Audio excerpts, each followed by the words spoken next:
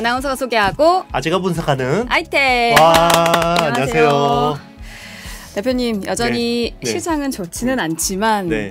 그래도 오늘 녹화일 기준으로 네. 소폭 네. 반등은 조금 소폭. 나온 네. 상황이라. 그렇죠. 이제 코스닥 하루에 4% 빠지는 게 익숙해진 상황이라. 그러니까 뭐 4% 정도야 그렇죠. 뭐 이러고 있는 그렇죠. 상황이에요. 그런데 여기에다가 네. 또 하나 우리가 좀 주목해봐야 할 점이 네. 환율이거든요. 네네. 환율이 지금 네. 아니 1,300원을 돌파했다라는 네네. 무시무시한 소식입니다. 네네. 이전에 대표님이 이 100원 단위 움직이는 거는 네네. 이 한 마디 네네. 하나여서 이게 굉장히 네네. 중요한 네. 이제 큰 부분이라고 말씀을 해주셨는데 네. 그러면 우리나라 경제 폰도 그렇게 안 나쁘잖아요. 네, 그런 걸로 알고 있죠. 네. 그런데 지금 외국인들은 네. 우리나라 경제 펀더멘털 안 좋게 보는 건가요? 왜 음. 이렇게 빠져나가는 거죠? 그렇죠. 이게 다 네.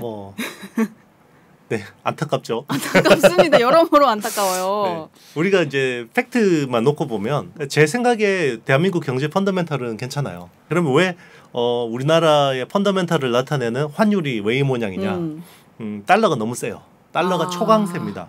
그러면 파월 연준 의장이 이야기를 네. 했죠. 네, 공식적으로 이야기했습니다. 우리는 달러 초강세를 이어갈 수밖에 없다라고 이야기했고 그 이유는 미국 입장에서는 8.6%까지 치솟은 네. 인플레이션이 문제인 거죠. 네. 인플레이션을 못 잡으면 정치인들 인기가 떨어지겠죠. 네. 그래서 미국 지금 중간 선거 바이든 입장에서도 무조건 인플레를 잡아야 돼요. 무조건 잡아야 된다. 그렇죠. 근데 인플레를 잡으려면 결국 경기를 좀 약간 망가뜨려서 그죠. 수요를 꺾든지 그죠. 네. 수요를 꺾을 수밖에 없고 그리고 미국이 수입 물가가 싸져야겠죠. 수입 물가가 싸지려면 달러가 강세가 되면 수입 물가가 싸지는 거죠. 자, 그 말은 이제 미국은 기축통화국이기 때문에 자신들의 인플레이션을 신흥국으로 수출하겠다. 네, 정말 기축통화국이 좋아요, 그죠? 네. 슈퍼갑이다. 네, 슈퍼갑입니다. 그럼 이제 달러 인덱스라는 게 있는데 달러 인덱스의 반대 그 지표가 달러 인덱스의 대부분 유로화예요. 네. 그러면 이제 유로화가 약세로 가면 달러가 강세로 가고 달러가 약세로 가면 유로화가 좀 세지고 네. 이런 흐름들이 있는데 지금 뭐 유럽이 엉망이잖아요. 전쟁하고 뭐 그렇죠. 하느라고. 네. 이 펀더멘털도 안 좋은 데다가 이제 미국 입장에서는 지금 강달러를 뭐 유도할 요인이 있는 거고요.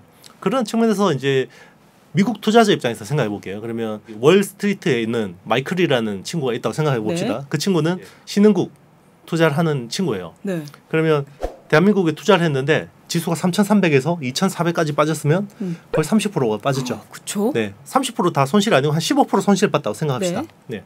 그런데 환율로 얘는 20% 더 터지는 거예요. 자기가 들어올 때는 1,050원이었는데 1,300원. 1,300원이니까. 얼마나 공포스럽겠어요. 빨리 던지고 나오고 싶겠죠.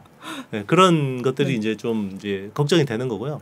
약간 이럴 때는 정부 차원에서 대응이 필요한데 네. 이게 되게 아쉬워요. 어떤 형식이면 좋을까요? 뭐 제일 좋은 거는 뭐 한미 뭐 달러 스와프 그죠? 우리 그때 그 코로나19 때 그죠? 달러 스와프를 네. 해줬죠.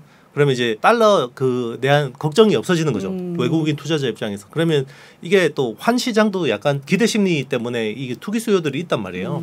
이제 그런 것들을 좀 완화해 줄 수 있는 거고 그리고 이제 정부 차원에서도 뭔가 좀 더 시그널을 줘야 되는데 이제 그런 부분들이 조금 아쉬웠다. 그리고 뭐 사실 정부 차원에서도 지금 막 예전처럼 중앙은행이 뭔가 개입하기가 쉽지는 않아요. 그렇죠. 요즘에 미국이 정말 매의 눈으로 뭐 환율 뭐 조작하는지 이런 것들 모니터링 엄청 빡빡하게 하거든요. 네. 그래서 그것도 걸리면 골치 아파요. 그렇기 때문에 그런 와중에서라도 뭔가 좀 어떤 구두 개입이라도 좀 세게 통화체를 발행하든지 뭐 이런 것들로 통해서 뭔가 좀 해야 되는데 좀 아쉽다 이런 부분이 있고 네. 그리고 지금 미국 재무부 보고서에 보니까 그러면 누군가가 계속 달러를 살 거 아니에요. 네. 그러면 우리 개인 투자자 입장에서는 뭐 달러 예금 많이 살 거 아니에요. 달러가 그렇죠? 더 오를 것 같으니까 네. 지금 누가 제일 달러를 많이 사냐 보니까 네. 국민연금.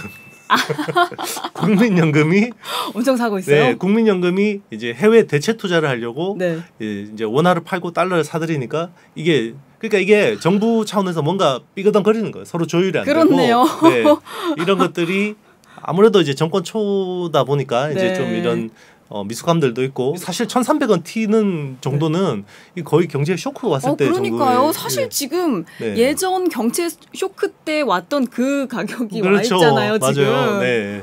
우리나라 펀드 그 정도 그 정도 그렇죠. 이게 물론 뭐 무역 수지가 약간 이제 뭐 적자 전환하긴 했지만 전 세계에서 이렇게 장기적으로 흑자 내는 나라가 거의 드물거든요. 네. 이제 결국은 이제 금융의 문제다 이렇게 보입니다. 저는 네, 아쉽습니다. 어쩔 수 없이 저희 지금 아이템 몇 주째 계속 조금 이 매크로에 대한 이야기를 하고 있는데 이 부분을 조금 이해를 해야 그래도 지금 시장에 대해서 이해를 하고 또 공부도 더 열심히 할 수 있을 것 같습니다.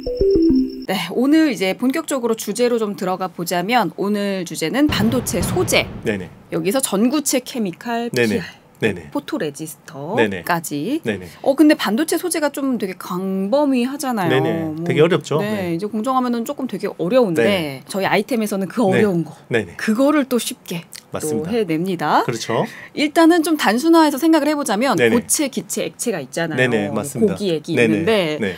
예전에 뭐 국물보다 건더기가 낫다. 뭐 이런 말씀을 많이 해주셨어요. 되게 비유가 좀 찰떡인데. 네네. 뭐 그러면은 어떤 고체, 건더기 어떤 것들이 있을까요? 이제 오늘은 이제 소재만 하는 거니까요. 이제 보통 공정 소모품이라 그러면 이제 뭐 케미칼도 있을 거고 가스도 있을 거고 이제 건더기도 있는데 건더기의 대부분이 이제 파츠류죠. 우리 한번 한 달 전에 했었나요? 네, 그렇죠. 이제 파츠 쪽인데요. 이제 반도체 진공 체인바 안에서 이제 공정이 흘러감으로 인해서 계속 소모가 되고 마모가 돼서 갈아줘야 되는 이제 것들이 이제 파츠들인데 이제 파츠가 이제 건더기죠. 이제 파츠가 계속 뭐 괜찮았고 주가로는 모르겠습니다만 일단 실적으로는 계속 좋았던 것들이고요. 그동안에 이제 곡물이 그럼 왜 안 좋았냐? 곡물은 원유에서 원자재를 가져오죠. 원유에서 뽑아서 원자재를 가져와서 이걸 가공해서 반도체 업체에다 파는데 원유 가격이 계속 올랐잖아요. 그렇죠. 원유 가격이 오르니까 코스트는 오르는데 판가의 전가가 안 되다 보니까 마진이 축소되는 이런 것 때문에 제가 곡물은 좀 당분간은 별로다라고 했는데 요게 최근부터 판가의 전가가 되기 시작했습니다. 그래서 이제는 국물을 봐도 된다. 쪽도 괜찮다. 네네. 이렇게 보시면 됩니다.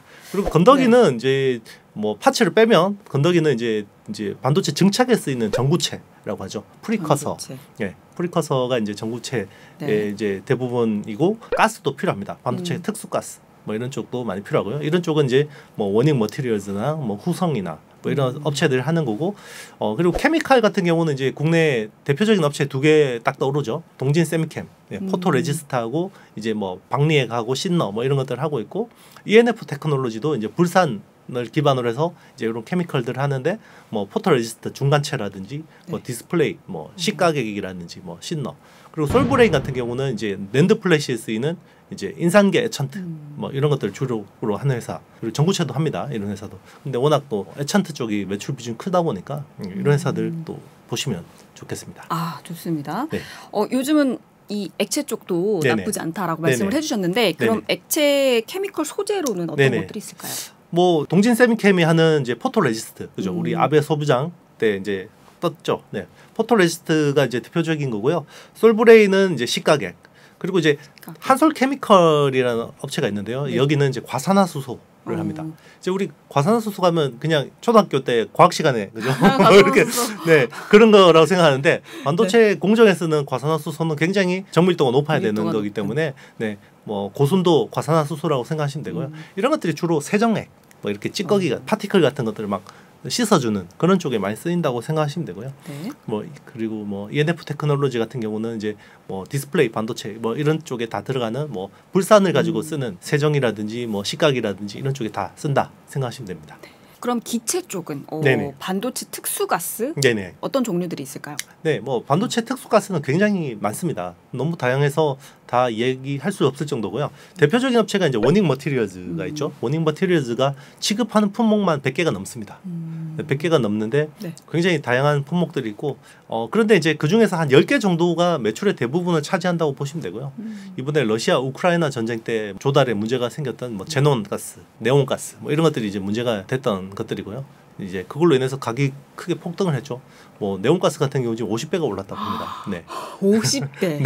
50배가 올랐어요. 5배도 아니고 50배. 이런 특수가스들이 보통 이제 제철소들 있죠. 그것도 아주 오래된 제철소들. 그러니까 우크라이나 전쟁에서 그때 아조우 여단이라고 끝까지 남아서 버티다가 마지막에 이제 투항한 아조우 연대라고 있거든요. 그게 아조우 스틸이에요. 그게 아조우 스틸이라는 제철소가 있고 그게 구소련 때부터 있던 제철소예요. 그런데 그 제철소에서 가스가 나오잖아요.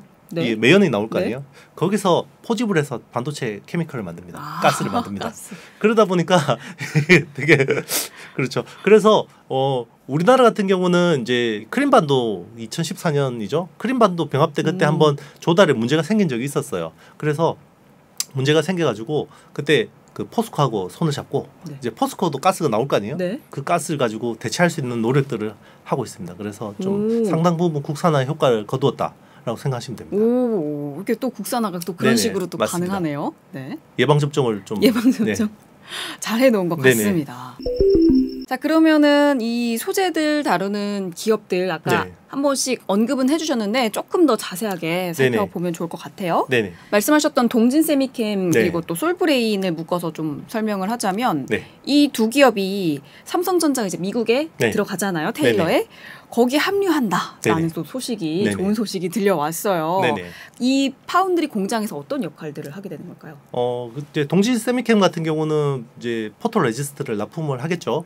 아마 테일러 팹 같은 경우는 5나노 이하의 공정을 할 것 같아요. 네. 그럼 굉장히 첨단 공정이 될 건데 솔브레인 같은 경우는 이제 뭐 에찬트류, 뭐 케미칼류 이런 것들을 납품하지 않을까 싶습니다. 동진 세미캠은 PR을 잘하는 회사긴 한데요. 네. 원래는 불화크립톤이라고 그러죠. KRF라고 합니다. 네. 노광 광원이 바뀐다고 했었잖아요. 노광 광원이 바뀌면 거기에 맞게 PR도 바뀌어야 돼요. PR도 바뀌어야 되는데 초창기에 그 노광 공정의 그 광원은요 수은 램프를 썼어요. 수은? 네, 수은 네. 램프를 썼는데 수은 램프 가지고 이제 계속 하다가 이게 미세 공정이 안 되니까 네. 그 다음에 간 게 불화크립톤 KRF거든요. 네. KRF를 하다가 그 다음에 불화아르곤 ARF로 넘어왔고 그리고 ARF가 이제 점점 미세 공정의 한계가 오면서 ARF에다가 이제 렌즈 하나를 액침 렌즈라는 거 하나 써서 이제 한 게 ARF 불화아르곤 이머전이라고 합니다. 네. 네, 그 렌즈를 통해서 개구율을 높인 거죠. 이제 그런 식으로 가다가 이제 그 다음 이것도 안 되니까 EUV로 넘어온 건데 우리 중요한 그 사건이 있었죠. 아베 소부장 사태. 네. 네, 3대 소재를 제한을 하면서 그 중에 하나가 PR을 그죠? 수출을 막아버리겠다고 네. 하니까 삼성이 그때 부랴부랴 국산화 노력을 많이 하게 됐고 원래는 동진 세미캠은 불화크립톤 KRF 쪽을 제일 잘하는 회사였고 네. 세계 1위 업체였어요. 이게 주로 낸드 플래시 쪽에 들어가거든요. 근데 낸드 플래시는 셀을 수직으로 쌓기 때문에 미세 공정이 그렇게 아주 막 이렇게 빡빡하지는 않습니다. 그렇기 때문에 이제 KRF를 많이 했었는데 이제 부랴부랴 동진 세미캠한테 ARF 국산화를 시킨 거죠. 그래서 ARF 국산화됐고 ARF 이머전도 국산화를 했고 그리고 EUV까지 국산을 한 겁니다. 와. 근데 지금 EUV 국산화를 했는데 네. 지금 EUV를 쓰는 쪽이 10나노 이하 파운드리 쪽하고 디램에 쓰잖아요. 네. 디램은 지금 뭐 16나노부터 적용이 돼서 이제 14나노에 이제 확산 적용이 되는데 14나노 공정에 이제 5개 마스킹 EUV 마스킹이 들어가는데 그 중에 하나가 동진 세미캠의 EUV용 PR이 들어가지 않을까 이런 추측이 되고 있습니다. 요 삼성전자 쪽에 추측이 되고 있다. 네네. 거의 확실한 추측입니다. 거의 확실하다. 네네. 오, 앞으로 좀 기대를 해볼 만하네요. 네네, 맞습니다. 네. 최근에 이제 삼성전자가 3나노 GAA 네. 게이트 올 어라운드. 네네. 이게 이제 양산 발표를 한다고. 그 반전문가요? 이 정도는 알아야죠. 아는 사람 별로 없을 텐데. 이 정도는 알아야죠. 네. 이 양산 발표를 한다고 이제 들었는데 네네. 이 공정에서 특이하게 좀 습식 식각이 네네. 활용이 된다. 네네. 보통 미세 공정에서는 네. 건식 아니었나 싶거든요. 그렇죠. 네네. 근데 왜 습식일까요? 너무 똑똑해요 이제. 식각 네? 예전에 이제 우리 그죠 공정 씹어먹기에서 네, 통해서 부분이죠. 이제 배우신 거죠. 네. 이 예전에 제가 말씀드린 적이 있어요. 원래는 습식 식각 먼저 쓰다가 여기 이제 미세 공정이 점점 타이트해지면서 여기 대부분 건식 공정으로 넘어갔고 습식 공정은 지금은 이제 그 세정 쪽에 많이 쓴다라고 말씀드렸는데 그걸 기억하신 것 같아요. 그런데 지금 건식 공정이 대부분 미세 공정에 쓰는 건 맞아요. 그런데 3나노 GAA 같은 경우는 좀 특이해요. 어떤 점이요? 이게 습식으로 써야 됩니다. 이게 그 구조가 낸드 플래시하고 좀 비슷해요. 그러니까 낸드 플래시 같은 경우는 산화막하고 질화막을 층층이 쌓아서 이거를 습식으로 선택적으로 식각이 되게 하는 거거든요. 그렇게 해서 이제 수직으로 쌓는 건데 GAA 같은 경우도 구조가 굉장히 그렇잖아요. 이게 게이트에다가 막대기를 박아 넣는 모양이잖아요. 그죠? 네. 이게 PD님이 이렇게 보여주실 거예요. 나노 와이어 형태로 이렇게 이제 박아 넣는 건데 이거를 뭐 막대기를 만들어서 박을 수는 없잖아요. 그러면 뭐 어떤 그 찰흙으로 빗듯이 이렇게 붙여놓고 깎아야 되는 거예요.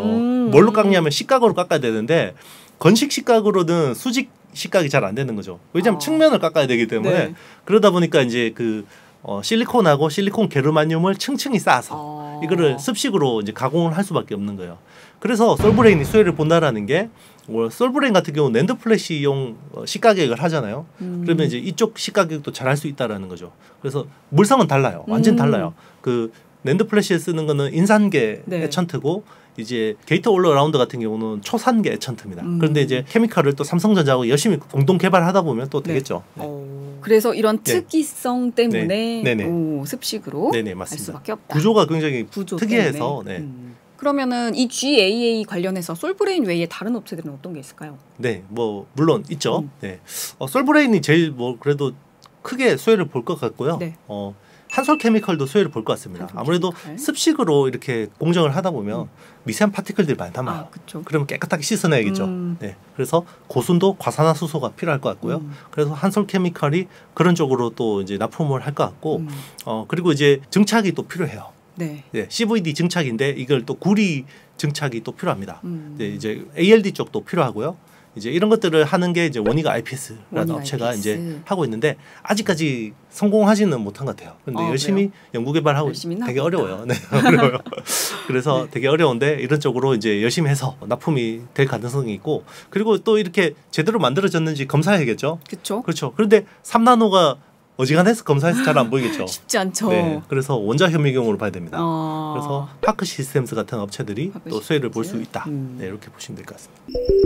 마지막으로 DNF 그리고 레이크 머터리얼즈가 하이K 전구체를 네네. 하는 업체라고 들었거든요. 네네. 하이K 전구체는 대체 뭔가요? 네. 그럼 하이 K면 뭐 K 높은 K 높은 뭐 K예요? 그죠? 로우 하이? K도 있어요. 네, 로우 K도 있어요. 그러면 하이가 그 하이 맞네요. 네네, 맞아요. 높다 하이 맞나? 그렇죠. 이 거의 반전문가가 되셨는데 이제 반도체 용어를 아주 능숙하게. 네. 아주 능숙하게. 네, 그렇죠. 이게 사실 반도체라는 게 용어만 제대로 알아도 그렇죠. 거기 안에 들어 있잖아요. 다 들어있어요. 네. K라는 게 유전율이에요. 그러면 하이 K면 고유전율이겠죠. 그리고 로우 K는 저유전율이겠죠. 그런데 기준이 있겠죠. 네. 4입니다. 유전율 4. 네. 유전율 4를 기준으로 높으면 하이 K, 낮으면 로우 K예요. 그런데 이제 왜 그러면 유전율이 4가 됐냐? 네. 예전에는 이 하이K 소재를 쓰기 전에 어떻게 했냐면 실리콘에다가 산화막을 이렇게 해서 절연층을 만들었거든요. 그게 SiO2라 그러는데요. 산화 실리콘이죠. 산화 실리콘으로 했는데 이게 전자라는 놈이 예전에는 산화 실리콘으로 이게 통제가 됐어요. 이 게이트가 스위치 온오프가 되면 그죠? 오프하면 통과가 안 해야 되는데 얘가 통과해 버리는 거죠. 폭이 계속 좁아지니까. 그러다 보니까 산화 실리콘으로 안 되니까 하이K를 쓰기 시작한 거예요. 그래서 SiO2보다 유전율이 높은 거를 이제 쓰기 시작한 거죠. 네. 그래서 하이K라는 물질이 많이 쓰입니다. 그럼 이 두 회사를 좀 비교해서 네네. 설명해 주신다면 네. 어떻게 다를까요? 최근에 이제 하이K의 주요 수요처는요. D램입니다. D램의 이제 커패시터라 그러죠. 이제 커패시터는 이제 전자를 가두어두는 이제 저장고 역할을 하는 건데요. 여기 전자가 뭐 안에 들어 있으면 0, 뭐 비어 있으면 1, 뭐 이런 식으로 해서 디지털을 구현하는 건데 똑같습니다. 게이트 선폭이 좁아지면 커패시터도 좁아지겠죠. 그러니까 커패시터에 가둘 수 있는 전자의 양이 줄어드는 거예요. 그런데 이게 커패시터에 가둬 놓으면 전자라는 놈은 튀어나가요. 또 밖으로. 네. 튀어나가는데 꽉 잡아놔야겠죠. 그래서 패스 추리처럼 절연막하고 유전막을 겹겹이 쌓아줍니다. 그때 이제 유전막을 쌓는 게 하이K 소재라고 생각하시면 되고요. 기존에는 지르코늄 계열을 많이 썼는데 이제는 미세 선폭이 높아지면서 이제는 하프늄 계열을 많이 씁니다. 네. 하프늄이요. 우리 그 미사일 폭발하면 그 앞에 있는 탄도 있죠. 그 물질이 하프늄이에요. 네. 그만큼 폭발 잘한다는 거는 다루기 힘들다는 다루기 거죠. 힘들다. 네. 다루기 힘들면 그걸 다루는 업체는 부가가치가 높겠죠. 부가가치가 높다. 네. 위험하니까. 아니 이 되게 다들 위험 한 부분들이 많은 것 같아요. 케미컬 쪽들이. 그래서 반도체 케미칼들은요. 되게 유해하고 유독한 물질들이 많고요. 그리고 잘못 다루면 폭발하기도 하고 그래서 사고가 나면 크게 납니다. 그래서 한 번씩 막 불산가스 유출되면 주변 주민들 난리 나거든요. 그래서 굉장히 공정 기술이 뛰어나고요. 그리고 이게 안전에 대한 되게 중요해요. 그래서 이거 뭐 작업자들 많이 돌아가시기도 하고 그러거든요. 안타깝다. 네, 그만큼 어렵기 때문에 쉽게 못한다 생각하시면 됩니다. 또 그리고 그만큼 잘 해냈을 때 부가가치도 또 더 높다. 네네 맞습니다. 라고 보면 될 것 같네요. 그래서 이제 DNF 같은 경우는 어떻게 보면 레이크 머티리얼즈하고 뭐 형제 회사라고 생각해도 돼요. 원래 그 레이크 머티리얼즈 창업자가 원래 DNF 공동 창업했다가 이제 나오신 거예요. 나와서 차린 거고요. 지금 DNF는 삼성전자 쪽에 주로 납품한다고 보시면 되고요. 네. 레이크 머티리얼즈는 이제 SK 하이닉스 쪽에 주로 납품한다 생각하면 됩니다. 오늘은 이렇게 반도체 소재, 네. 고기액, 네. 고체기체 액체 쪽 하나씩 또 관련된 기업들도 다뤄봤는데 네.